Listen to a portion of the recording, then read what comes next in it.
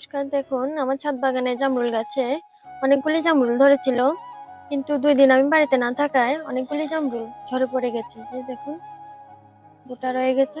অনেকগুলি জামরুল ছিল, সেগুলি ঝরে পড়ে গেছে জলের অভাবে। আর বাকি যেগুলি রয়েছে এর মধ্যে দেখুন অনেকগুলি বড় হয়ে গেছে। যে এই জামরুল দেখতে একটু লাল রঙের এবং ভালোভাবে পাকলে খুব মিষ্টি হয়, কিন্তু আমরা দেশীয় জামরুল যেগুলি, এগুলি খেতে এত স্বাদ নয়, কিন্তু এগুলি খেতে খুবই সুস্বাদু। যে দেখুন মেচুর হয়ে গেছে, ঝরেও পড়ে গেছে। যে আমি কুড়িয়ে নিয়েছি একটু, খেতে খুবই সুস্বাদু। এ ডালায় রয়েছে, দেখুন আরো কতগুলি রয়েছে, এগুলি ছোট, এগুলি আস্তে আস্তে বড় হচ্ছে। যে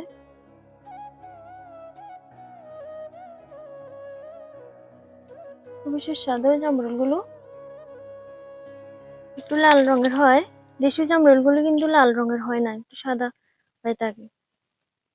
এগুলি যখন পেকে যায়, একেবারে বড় সাইজের হয়ে যায়, এগুলি খেতে খুবই সুস্বাদু। তো আমার এই ছাদ বাগানের গাছে জামরুলগুলি দেখতে কেমন লেগেছে আপনাদের জানাবেন। আপনাদের এই জামরুল খেতেও কেমন লাগে তাও জানাবেন। নমস্কার।